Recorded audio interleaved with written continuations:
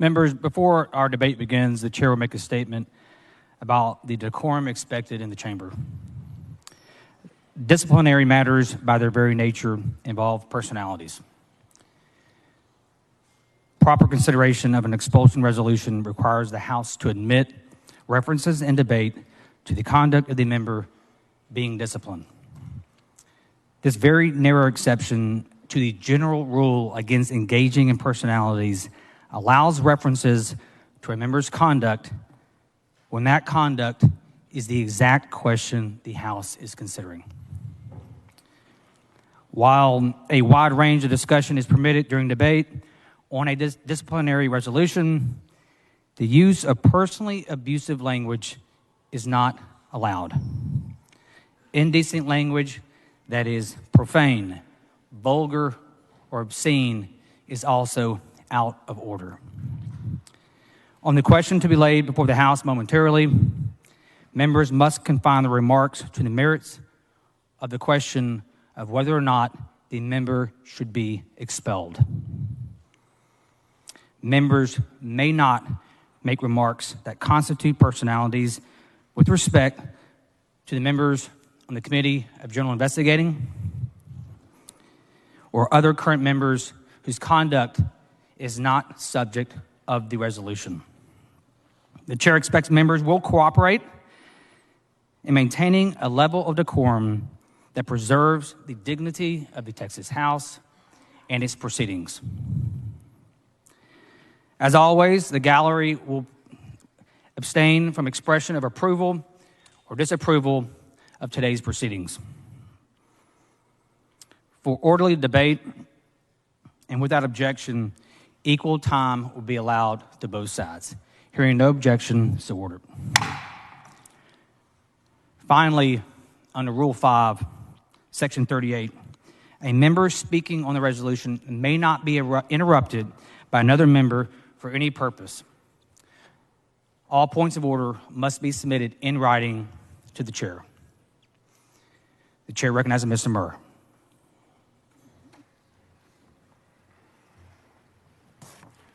Mr. Speaker, I call up the privileged resolution HR1542, expelling Representative Bryan Slaton of Hunt County from the Texas House of Representatives of the 88th Legislature. The chair lays out HR1542. The clerk read the resolution in full. HR1542 by Murr, A. Johnson of Harris, Guerin, Longoria, Spiller. Be it resolved that pursuant to Section 11, Article 3, Texas Constitution, Representative Bryan Slaton of Hunt County be and is hereby expelled from the Texas House of Representatives of the 88th Legislature of the State of Texas. The chair recognizes Mr. Murr to explain the resolution. Mr. Speaker, members, the entire committee will participate in the process of the explanation of this resolution. The chair recognizes Mr. Guerin to explain the resolution.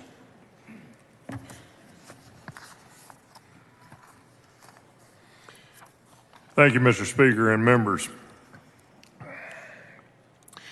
Stories have surfaced of inappropriate conduct by members of the Texas Legislature and concerns for staff safety at the Texas Capitol. In response, a work group was established by then Speaker Joe Straus in 2017. I had the privilege of serving as chair of House Administration, and we created a subcommittee to begin this work. Representative Donna Howard, Representative Linda Coop co-chaired a 10-member bipartisan committee of representatives. Rule 15, Article 9 of the Housekeeping Resolution and recent amendments to the House Personnel Manual are the direct result of our work group on the House Sexual Harassment Policy. Rule 15 is unequivocal. All forms of harassment prohibited by law are against the policy of the House. Moreover, members, officers, employees of the House are expected to promote public confidence in the integrity of the House by conducting themselves in a manner that is free of harassment in each setting related to the service of the member, officer, or employee, and by reporting any harassment in the workplace for which they have direct personal knowledge. Rule 15 is the policy on which this House relies for guidance in promoting appropriate workplace conduct. The House Personnel Manual is likewise unequivocal. The House of Representatives is committed to creating and maintaining a work environment in which all individuals are treated with dignity, decency, and respect. Discrimination, harassment of any kind, including sexual harassment, and other forms of inappropriate workplace conduct are unacceptable and will not be tolerated. Members, officers, employees are expected to abstain from and discourage discrimination, harassment, and other forms of inappropriate workplace conduct. And by enforcement of this policy and by the training of all members, officers, employees, and the House will seek to prevent, correct, and discipline behavior that violates this policy. With the support of 3 consecutive speakers, Speaker Joe Strauss, Speaker Dennis Bonnen, Speaker Dade Phelan, the Committee on House Administration, the Committee on General Investigating, and the full House have adopted and readopted these rules in 2019, 21, and 23. Until now, we have not had a formal complaint of sexual harassment since 2011. However, we determined in case a complaint was filed against a member of the House, that an independent investigator would be appointed to avoid potential conflicts among memberships and how an investigation may influence our shared legislative work and obligations. In a valid complaint of sexual harassment, we may take prompt and effective remedial action in order to end the problem. To ensure fairness, we decided the best course would be to appoint an independent investigator to conduct interviews and submit a report to assist the General Investigating Committee and determine findings and fact and conclusions of law. We all remember earlier this session completing our mandatory for all House members and employees in-person discrimination prevention and workplace conduct training. Bryan Slaton completed his on February 7th, 2023. I was there when we started our work to ensure everyone in this building has a safe working environment. We cannot ensure we won't have someone try to do something again. But today, we can ensure that this process, that we all know, we will have their back. Thank you, Mr. Speaker. The chair recognizes Mr. Longoria.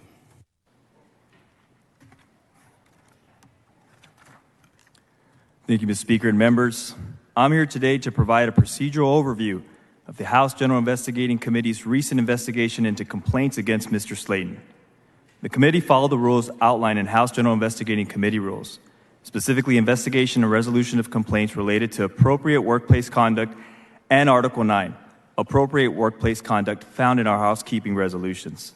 3 complaints were filed regarding Mr. Slaton, and all complaints contained the signatures by the complaining parties attesting to the veracity of the allegations subject to the penalty of perjury. Specifically, the complaints were received as follows.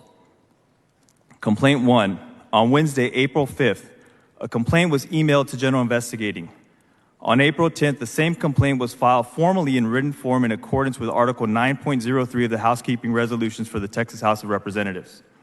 Complaint 2, on Wednesday, April 5th, a complaint was emailed to General Investigating, and on April 20th, the same complaint was filed formally in written form in accordance with Article 9.03 of Housekeeping Resolutions for the Texas House of Representatives. Complaint 3, on April 11th, the complaint was filed formally in accordance with 9.03 of Housekeeping Resolutions for the Texas House of Representatives. The respondent was served with all complaints on April 20th and the 21st. The committee proceeded with an investigation pursuant to Article 9 of the Housekeeping Resolutions in accordance with Article 9, Section 9.03F, and retained an independent investigator to conduct an independent report to submit to the committee. Judge Catherine Evans was selected. All individuals who filed complaints were interviewed by Judge Evans and had counsel with them. Furthermore, many witnesses referenced in the complaints met with Judge Evans and had legal counsel present. A detailed report was provided to the committee on May 1st, 2023. After the facts were reviewed by the committee pursuant to April 9th, the committee determined that reasonable cause existed that Mr. Slaton violated House rules. The respondent was afforded a due process hearing on Thursday, May 4th, 2023. The respondent appeared and had legal counsel. A confidential hearing was conducted pursuant to the rules, and upon conclusion of that hearing, a report containing findings of facts and conclusions of law was prepared in accordance with Committee Rule 11. The report was unanimously adopted by record vote. The committee followed the procedures outlined in Rule 11 of the committee rules, and the committee unanimously recommends expulsion.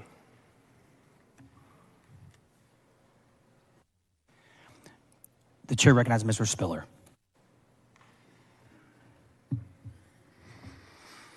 Thank you, Mr. Speaker. Members, pursuant to the committee rules of the House General Investigating Committee governing the filing, investigation, and resolution of complaints, upon the review of an investigative report to determine whether there is reasonable cause to believe that a respondent has engaged in inappropriate conduct, and upon a finding that there is reasonable cause to believe that the respondent engaged in inappropriate conduct, a due process hearing is scheduled and conducted. After the due process hearing is held, the committee determines whether the respondent violated a rule or policy as alleged in one or more complaints. The committee is required to prepare a report containing the committee's findings of fact and conclusions of law to support its final determination. In this case, that process has been meticulously followed, and the report of the Committee on General Investigating in the matter of Representative Bryan L. Slaton has been provided to you. While each of you has received, read, and considered the report, it is important in the consideration of this resolution that a general presentation of the basic pertinent facts be provided to you. The detailed facts are contained in the report. They're unpleasant, they're graphic, they're offensive. They make us uncomfortable. But the detailed facts are nonetheless relevant and germane to the consideration of this resolution. The concise summary of the facts contained in the report is as follows.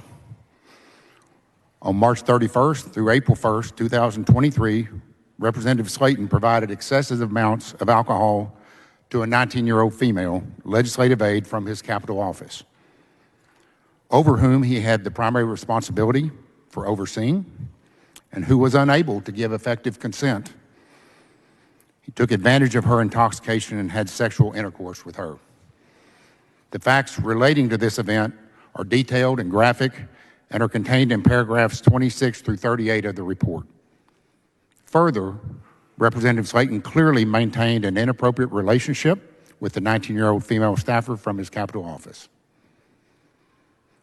On multiple occasions after January 10, 2023, Representative Slaton offered and provided alcohol to underage females, both of whom were 19 years of age, who Representative Slaton knew to be minors for purposes of the alcoholic beverage laws of this state. On or after April 1st, 2023, Representative Slaton engaged in harassment prohibited by law by showing a purportedly concocted email and threatening and attempting to prevent those with direct knowledge of the facts surrounding the inappropriate sexual intercourse and relationship with the 19-year-old staffer from his Capitol office from speaking to anyone about what they knew. The female staffers involved were panicked, were in fear of retaliation, in fear of losing their jobs, and in fear of their futures. The facts relating to this event are detailed and contained in paragraphs 39 through 46 of the report. Further, Representative Slaton violated House rules by failing to report the harassment initiated by himself in the workplace of which he had direct personal knowledge. He also violated House rules by failing to abstain from harassment and other forms of inappropriate workplace conduct. All of the facts alleged in the report are completely undisputed by Representative Slaton or by anyone else. It's also undisputed that Representative Slaton did not express any regret or remorse for his conduct to the General Investigating Committee, and I'm further unaware of Representative Slaton publicly expressing any regret or remorse for his conduct. Thank you. The chair recognizes Ms. Johnson of Harris.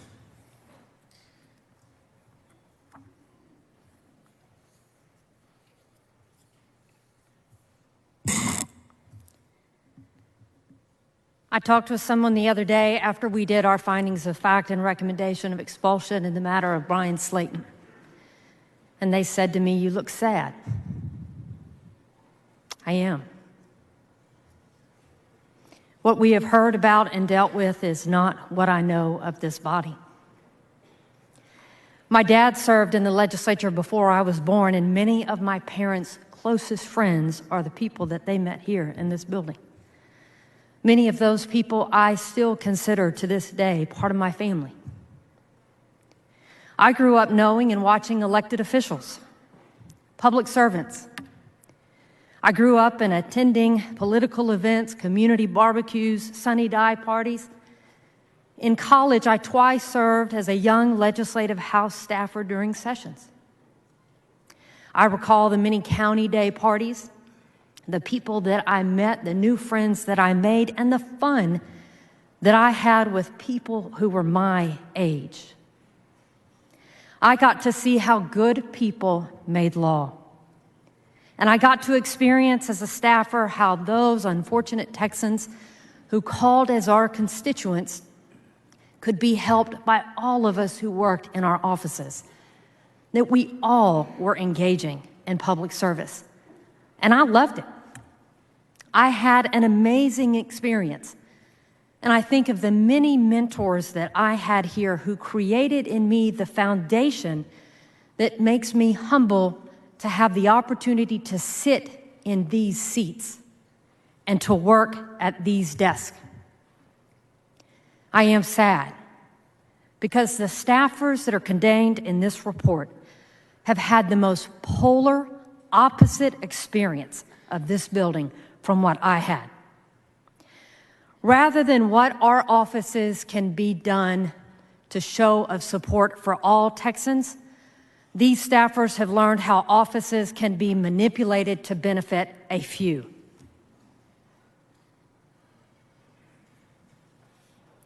I have sat in my desk this session and I looked up and I looked around at how this room is probably exactly the same as when my parents were here in the 60s. My parents met and fell in love here. My dad was a state representative from Houston, sitting somewhere about midway over on this right side, and my mom was a reporter for the Dallas Morning News. I have heard the story 1,000 times. My dad went to look for the reporter that had written an article about one of his bills. He was going to find them and tell them how wrong they were. He said he took one look at my mom and said, "You were right." And they were married happily for 49 years until my dad's death. We are not here because two consenting adults met and fell in love in the Texas House.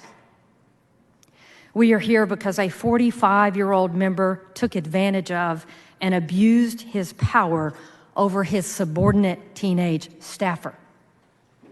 It started with slipping an underage girl some drink coins so that she could have her first real capital drink.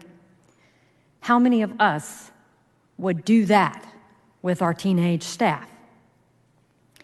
It's taking photos of her and having her take photos of him, remarking of how she looks nice and remarking on her features.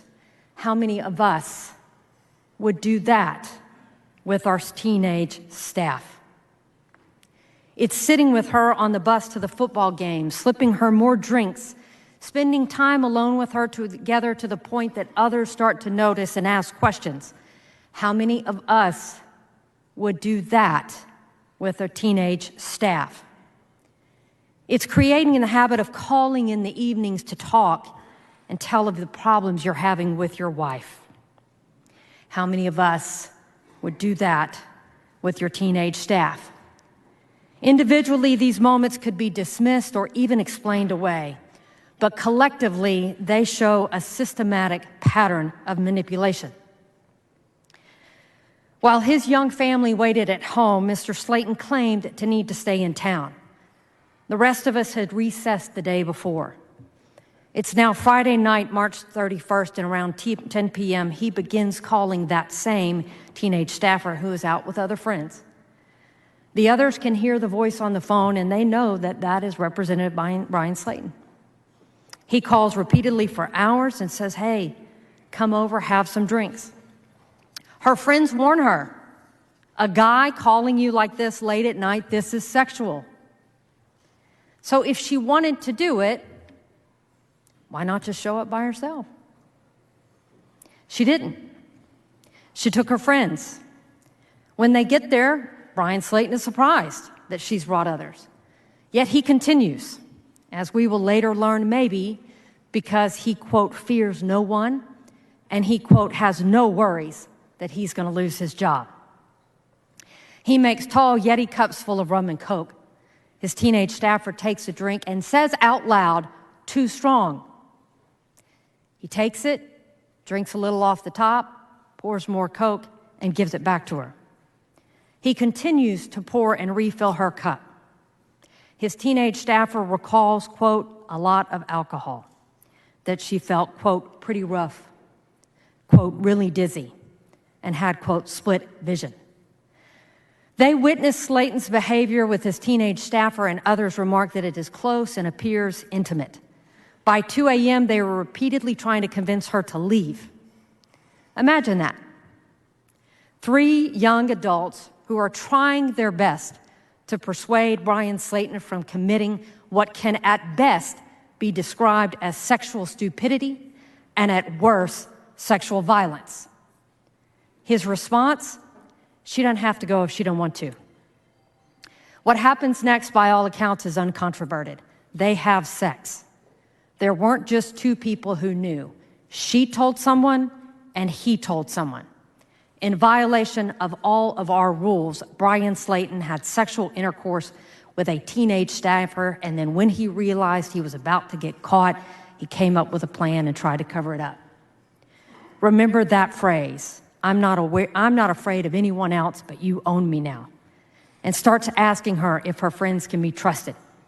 He pressures the girls with a probably phony email to a point where they feel threatened. One is seen crying at her desk, and they are terrified and stay up all night trying to figure out what to do. You see, these kids actually really liked Bryan Slaton. They really looked up to him. They thought he was brave. But at some point, they say, enough, this has gone too far, and you have to speak with your members. Representative 1, Representative 2, Representative 3, and Representative 4. Thank you for coming to this committee and entrusting us to begin our work. In response to the rumors that are going about, it is one of us, one of the members of this chamber, that calls him, and he confesses. He says, yes, he did the thing everybody is talking about, but hey, just keep it quiet. Stay with me, I have a plan. So what's Bryan Slaton's plan? He stays in touch with his teenage staffer. He tells her not to come to work, that he too will be gone. He instructs her to stay home and stay quiet, and she complies. She believes that she loves him. To this day, she is unwilling to speak about what might hurt him most. Let us be clear, we do not fault this teenage staffer. Ultimately, she does not deny what has been said before, nor does she deny what the others say they saw, they heard, and what she told them. What concerns us is she refuses to speak to the investigation about what happened in that apartment after her friends left. Again, we do not fault her, but we question consent. We have grave concerns about her level of intoxication and her statement to others that she would not have done it but for the fact that she was overserved. We have concerns no one will speak freely. At one point, she says that he is flirting with her and he is kissing her in the office, our little extension offices. As many of you know, 6 people in and out of there, don't you wonder what the others in the office saw? This committee was created by you for us to ask those very questions in this very situation with a legitimate complaint filed under penalty of perjury, and in this case, we had 3. We all, like you, noticed Bryan Slaton's body language. At first, he wasn't here. Then he was here in sullen. And then all of a sudden, he seemed to return an air of confidence and a skip in his step. Was it because he got to her? Did she finally confirm, I won't talk about the thing that could hurt you most? We are equally disturbed by his entire office refusing to cooperate in violation of our rules with this investigation. Did he get excited when someone said, oh, don't worry, we won't let them talk? We don't know.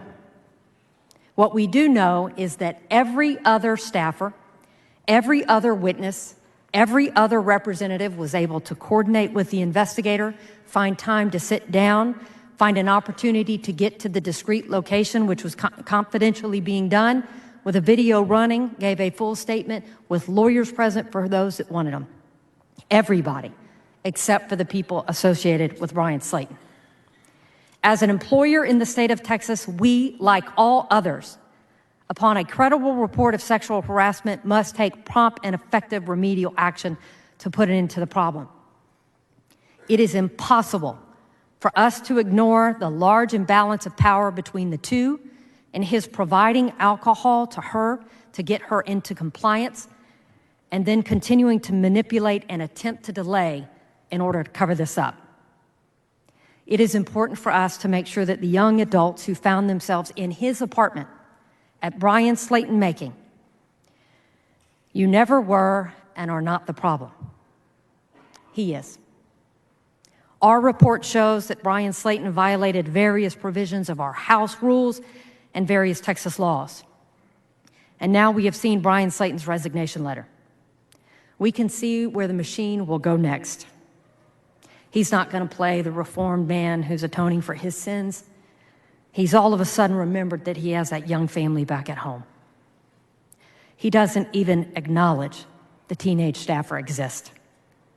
Now that the report has been released and it has become public, she is of no benefit to him. She goes from special to discarded. In my legal work, I have spent years working on behalf of victims of sexual abuse and exploitation. We fear the dark alley, the idea of the perpetrator there with a gun or a knife, but it is this type of man that steals innocence. It is this man, not worthy of the position of trust, much less power. This is the man that stains the institution so many of us honor. And this is the man that has left us with no choice to take the vote that we have to take today.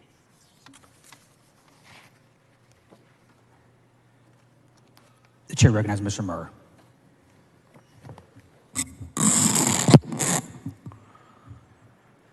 The members of the General Investigating Committee have laid out the complaint process, the facts, and the arguments in this matter.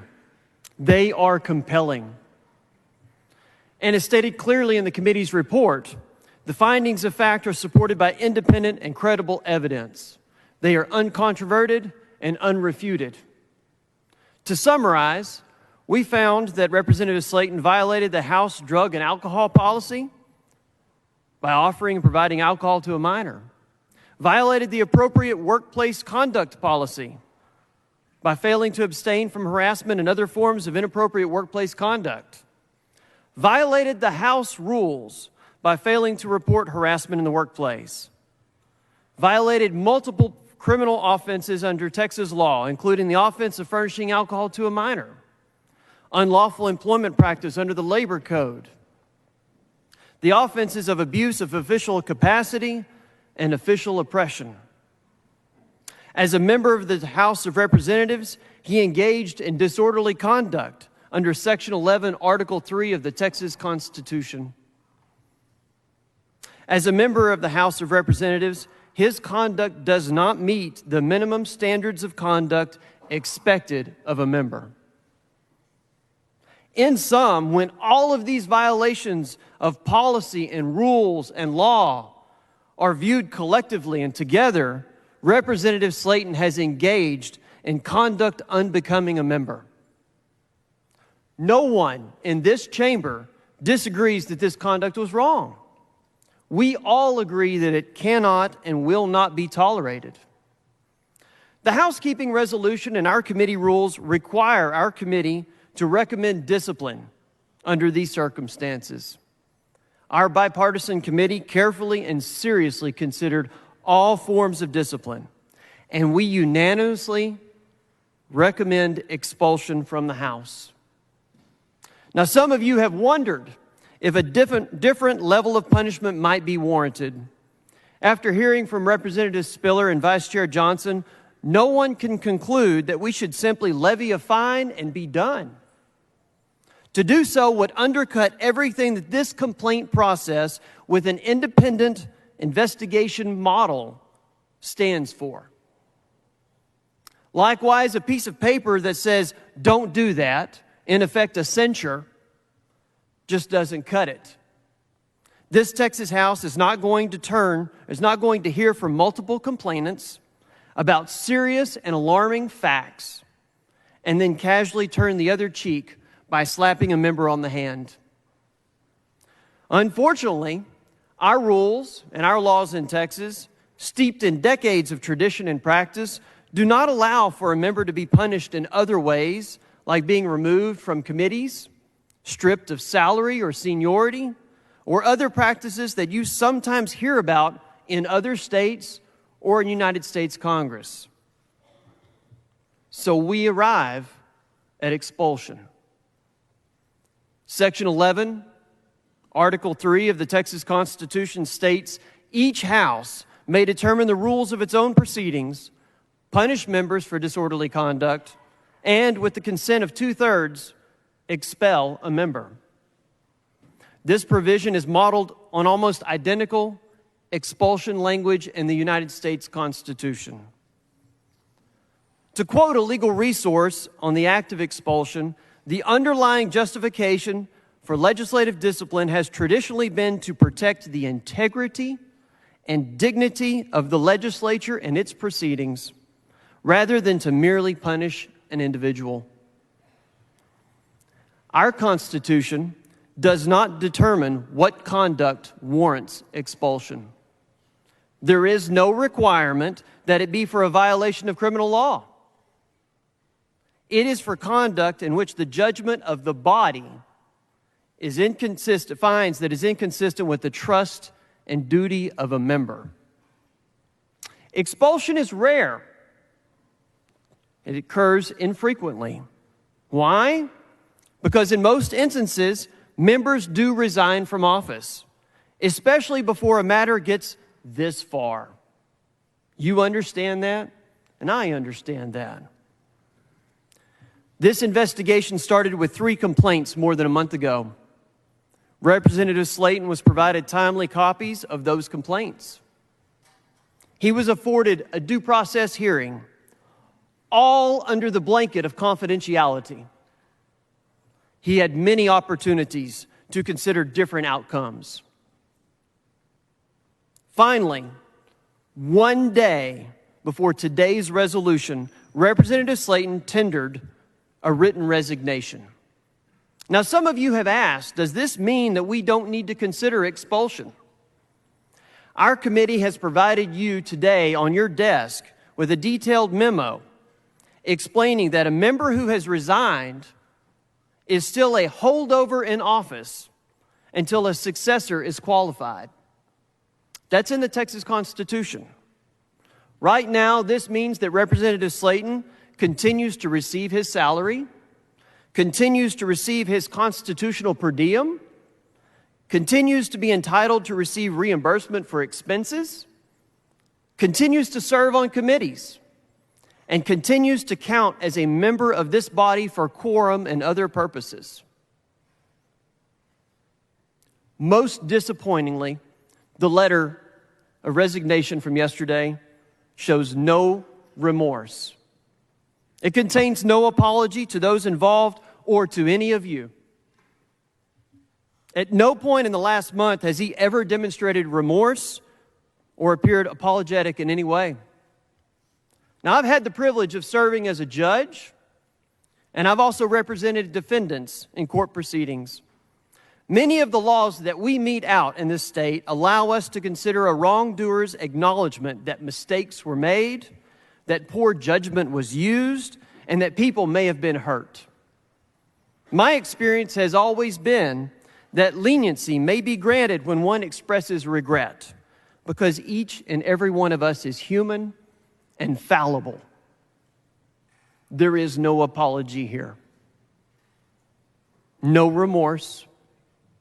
Resignation does not escape the need for this body to consider expulsion today. Members, this recommendation is not easy. There are no high fives, and it is not driven by politics. It is about the integrity of the House and the discredit reflected upon this institution. Hours upon hours, our committee members have toiled because you have asked us to do that. It is a decision that we did not arrive at lightly. After our committee report was printed and published Saturday, and our recommendation for discipline was made public to you, I received numerous notes from people, some anonymous, some from people that I know very well. All say something similar. I will read you one. Thank you for all the difficult and important work you are doing. I started working at the Capitol when I was 20. I worked for wonderful members who always looked out for me and made sure I was safe, but not everyone was so fortunate. Today, things changed in a way none of us ever thought they would.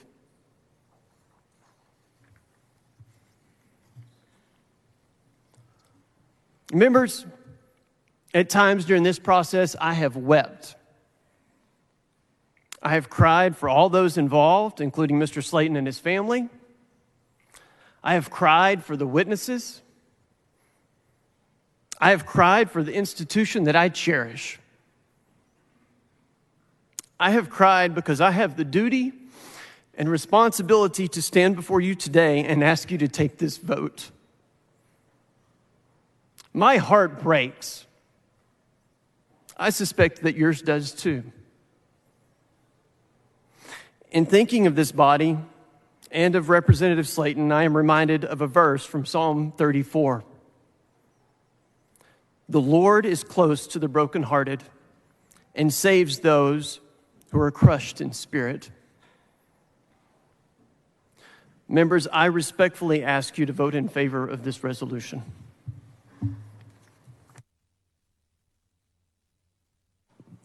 Does any member wish to speak against the resolution? The chair recognizes Mr. Murr to close on the resolution.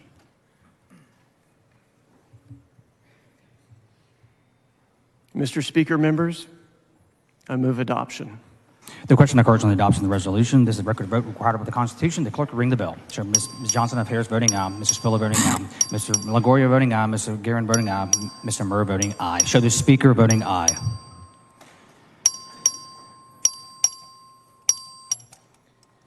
Have all members voted? There have been 147 ayes and 0 nays. The resolution is adopted. The chair directs the Sergeant at Arms to bar the former member from the chamber. The chair directs the chief clerk to strike the former member's name from the roster of members and to notify the governor of the House's actions. The chair directs the voting clerk to strike the former member's name from the board. The chair directs the doorkeeper to remove the nameplate from the former member's desk. The House will stand at ease pending the completion of these directions.